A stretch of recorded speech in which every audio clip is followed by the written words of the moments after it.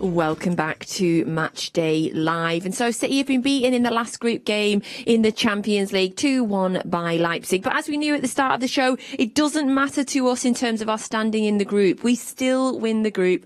We still go into the knockout stages.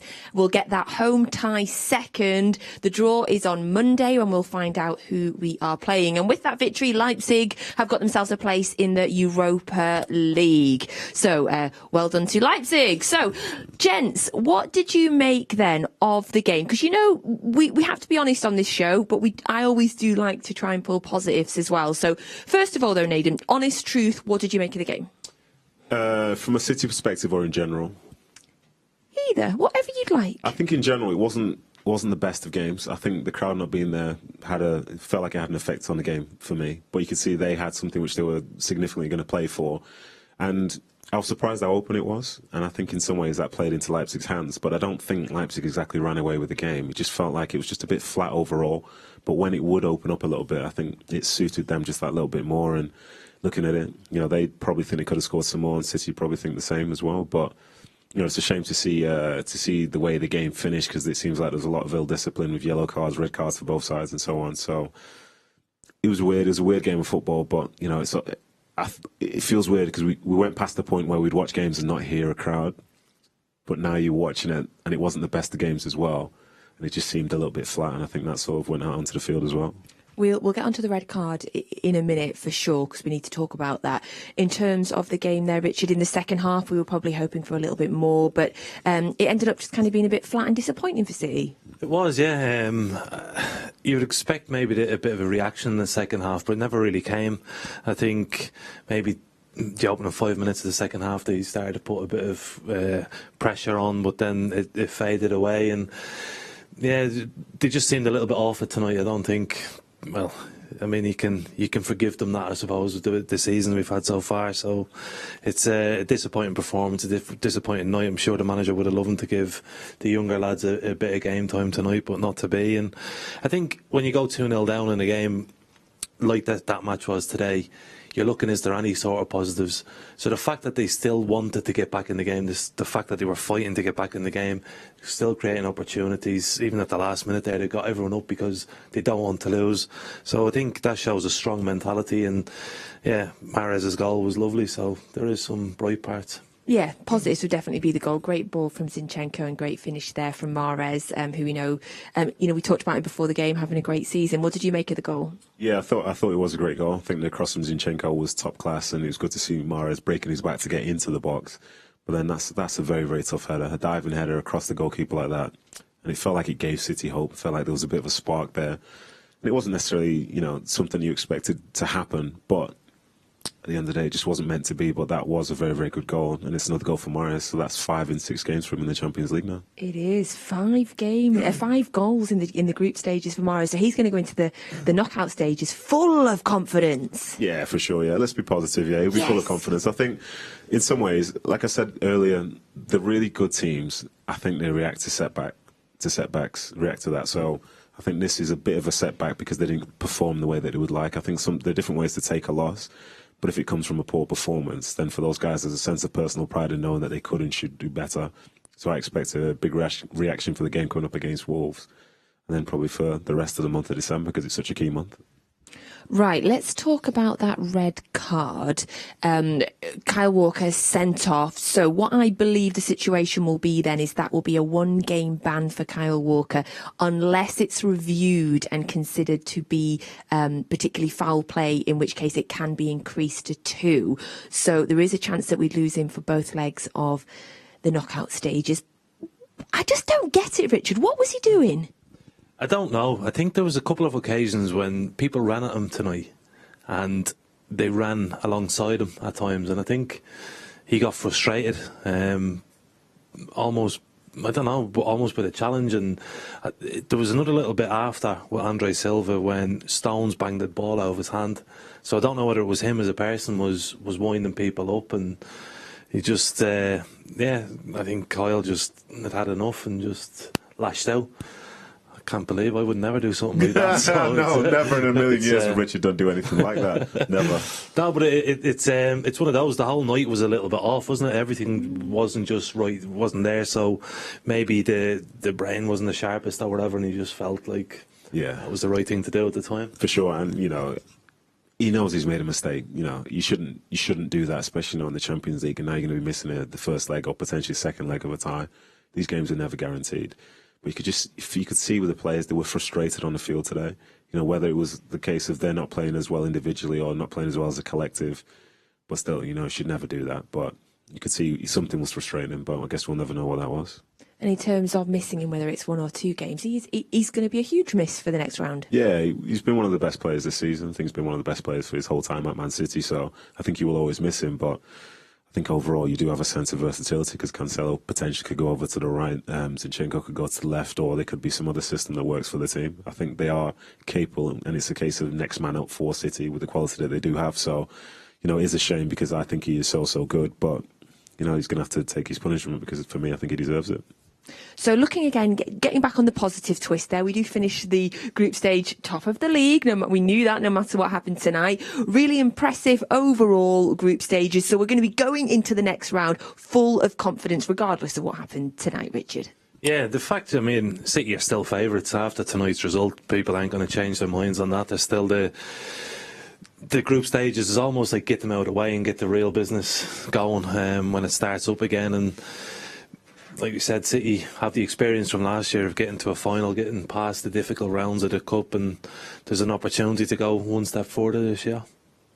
Right, thank you. Let's have a look now at Cryptic City and see if we all got it right. We believe that we got it fairly quickly in the studio, and we think that quite a lot of you did at home as well. Thank you for sending in your answers to #ManCity.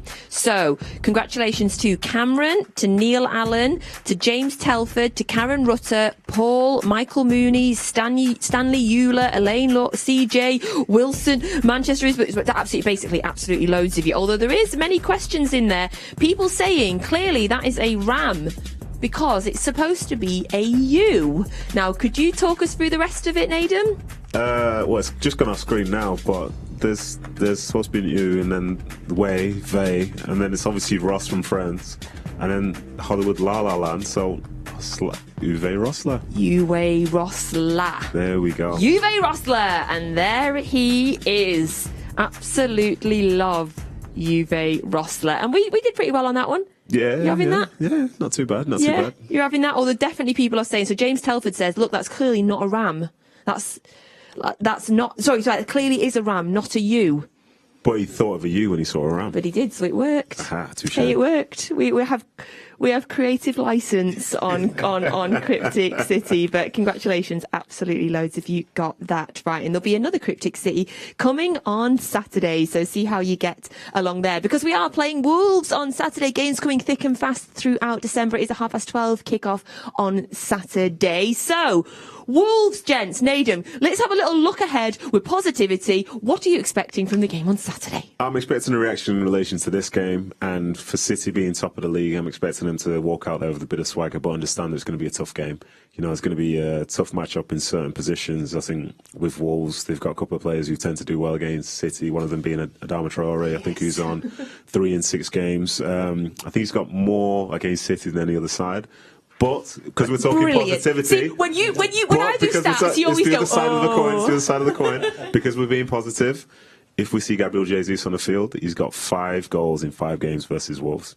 So if you see him, you can probably fancy him to notch one against them. Yes. So Okay, always end with positivity now. Why? Thank you very much. Yes, we appreciate that. Wolves, of course, played Liverpool last week and took them to the last minute. So we've got, we have to be aware. Wolves are a decent team. We're going to have to be on form again come Saturday. Yeah, they were very disappointed against Liverpool from the reaction on the pitch, and for them it's a challenge to play Man City. It's a big test and sort of to see where they are because a new manager and all that stuff. And after a mediocre start, they've really picked up, and getting results against big clubs is a huge thing for them. So it'll be a tough ask. But just looking at the players that didn't travel for City today, who are coming back, who will be fresh, who will be ready to go and try and get over the disappointment of tonight. Now, Raheem Sterling is on 99 Premier League goals and Ederson is on 99 clean sheets for City. Do you think either of them can click on to 100, or which one's going to do it first? I think they both can. I really think they both can, and that's exceptional. I think when you think about Raheem Sterling as well, I think he's 26 years old or something like that. To be about to enter the Premier League 100 goal club, that's pretty special. And for Ederson to potentially hit 100 after playing maybe like 210 games, again, that's special. I think between the two of us, if we had 100 clean sheets, do you reckon? Yeah, so even if we're still playing. Exactly. So those are two incredible milestones that hopefully will get hit this weekend. But if not, you've got every confidence that they're going to hit them very soon. Which one's more likely to get it this weekend, Richard? Ederson's a guaranteed starter, so I would probably go for him. I'm going the other way. Yeah. I'm going to say Sterling's on fire. I'm saying he's going to do it. Ooh, okay. Competition there. Well, you're back in the studio on Saturday with myself, and Darius Vassell's coming for his first show. Oh, did you both play with him? Can you give us any tips before he comes? Anything we should ask him? Anything we should know about him?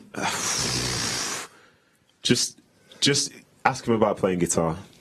He loves playing guitar. Okay. Ask him about that. He's very talented with that. That's it. I just know he's very quick. Yeah, very quick and very strong. And he can be a bit dry as well. So don't think he's being weird. Just understand he's being funny. Will he want to play carrots and peas? If I'm playing it, then yes. But yeah, I'll have to warm him up a little bit.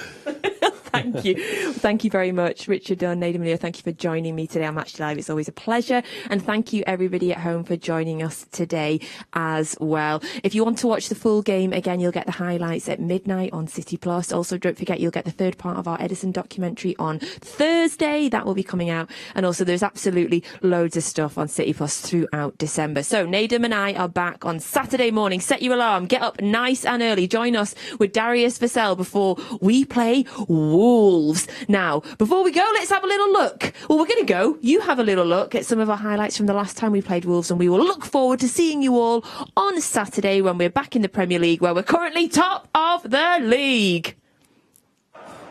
Manchester City are so much better than just a string of numbers. This team is a beautiful sporting entity. An aggregate score this calendar year of 44 goals to 6. So just another tick in just another box, or can Wolves be a problem?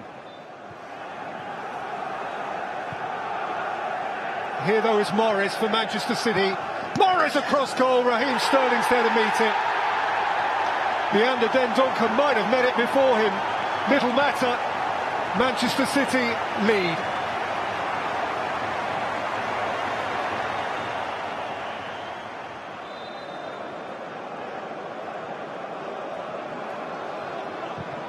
By Moutinho, it's a good header, it's an equaliser for Wolverhampton Wanderers.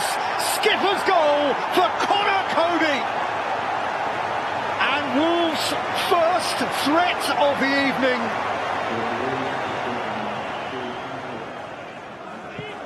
Mahrez, super ball, Kyle Walker. And Jesus pummels Manchester City back into the lead. Wolves have got to go again. Jesus unforgivingly.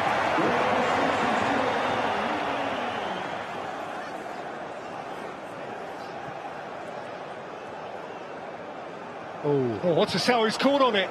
And here's Gundogan, and here's Sterling, and here's Mahrez. City's points again. They win again and again. 21 on the spin.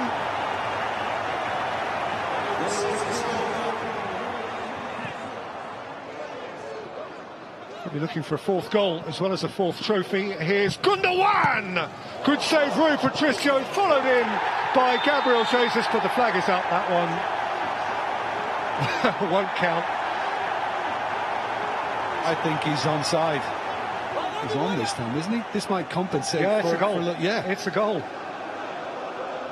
Chris Kavanagh awaits for that confirmation from Craig Pawson. Goal! Gabriel Jesus does have 2. Manchester City do have 4.